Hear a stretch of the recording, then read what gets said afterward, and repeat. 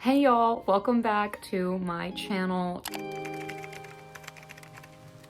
Today we're going to be talking about multiple ways, I think I have 10-ish, give or take, ways to get out of a reading slump. I don't know about you guys, but it's hard to stay motivated sometimes, to do anything, much less continue to read a book on top of the trillion of other things that you have going on in your life. So I'm gonna list some tips that I use, some tips that I have had some Bookstagram friends recommend for getting out of a reading slump, and that way you stay motivated to at least read a book. If you don't wanna do anything else, at least you'll wanna read a book. So let's get into it. Number one, mix it up. I cannot stress this enough. I think sometimes the reason I get into a reading slump the most is because I have stayed on the same fantasy, dark, traumatic stretch of books for ridiculous amount of time, and I'm just I need a break from this, and then I turn on Netflix and then I don't get anything done. I don't read any books, and my to be read list just gets longer. Because let me tell you guys, making your to be read list, book shopping, and actually reading books are 3 separate hobbies. So I say mix it up. What got me out of a reading slump recently was that I branched out to the rom-com genre, and let me tell you guys, if you know me at all, you know I don't read rom-coms.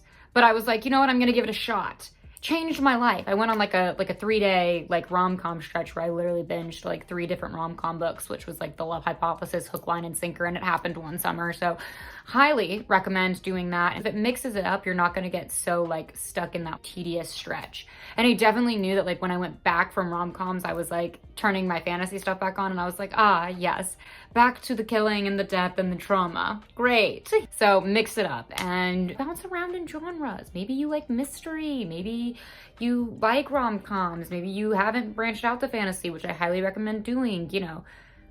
Just broaden your horizons. Number 2, throw in some lighter reads or some shorter reads. I can't stress this enough. Sometimes we get so caught up in getting through our to be read list that we're oh, I have to read all these major books. Well, all the books are this big. And you're just sitting there I have 8 books to read that are 800 pages. And then you lose the motivation to read them. But if you throw in a nice little 200, 300 page book, it becomes a little less tedious. So pick out some favorites that are lighter to get you out of reading such the big books. Number 3, reread one of your favorites growing up. I think I have resorted to this 9 times out of 10 to get me out of a reading slump, because if you just go and pick up something Chill and Easy that you read as a kid but that you absolutely loved, you're gonna remember why you started reading in the first place, you're gonna remember why you love to read, and then it boosts you out of your slump. At least that works for me. I always I'll go to Percy Jackson and I'll read this and I'll be man, I just love reading. These stories are chef's kiss, and they're easy, light reads. So just number 2, it gets you moving again, even if it's a shorter, easier read. Number 4, try something brand new. For me, I have never wanted to read thriller or murder mysteries or even psycho thrillers, which is kind of funny because I'm a psychology major, and I've never wanted to read self-help books. That has never intrigued me. And then I got on Bookstagram and everyone raved about these self-help books and these thriller books, and I was okay, maybe I'll give it a shot. It gets me excited to read again because it's oh, I've never read something like this. It'll be fun to see how I like it. And it boosts the motivation, you know? Number 5, make a game with a reading buddy. I have never been so excited as to when me and my best friend decided that for Christmas we were going to pick a book for each other that neither person had ever seen before, read before, touched, not on the to be read list, nothing. We knew nothing about these books, and we were going to pick them out for each other and gift them to each other. When she gifted them to me, and we did 2 for each other, I was so excited. I was I cannot wait to get my hands on this. And it made it fun, and it made me want to open the book and start reading again. Now granted, I put all those books on the side because I have a very long to be read list, and I don't know, I'm a mood reader, so will I pick up that book randomly? Quite possibly. We don't know what she's gonna do. It's all over the place. Number 6, get a new book hobby. I did this recently, actually, these past couple weeks, I decided I was gonna start tabbing my books.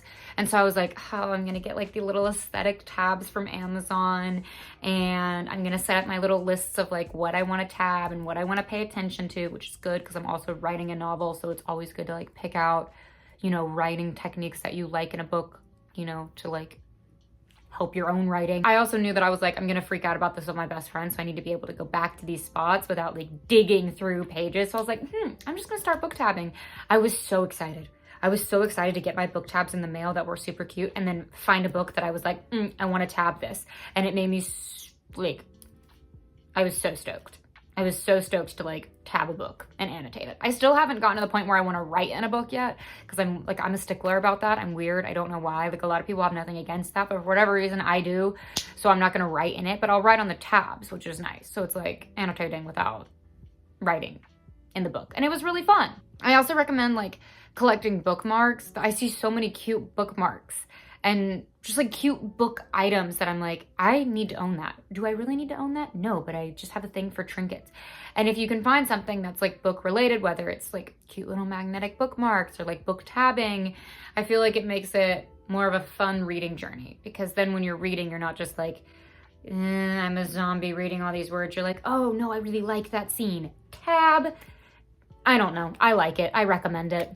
Number 7, try to set a schedule for yourself. I know some people don't like this, because if you set a schedule for yourself, it's like harder to stick to it, because then you feel like you're forced to stick to that schedule. But I recommend like reading at least like a chapter every day until you find yourself getting out of that slump. I recommend this to a lot of people on my TikTok when they're like, how do I get out of a reading slump? And it's like, just try for a couple days to read like at least one chapter and see if it kind of gets the ball rolling on the book that you're reading, to kind of push you further along and push you out of that slump. Number 8, this is one of my favorites. Find a playlist that makes you feel like the main character of the book that you're reading, or the book that you want to read. I have one, so if you would like, you can go to my Spotify and find it. I think it's just Kynley Everman.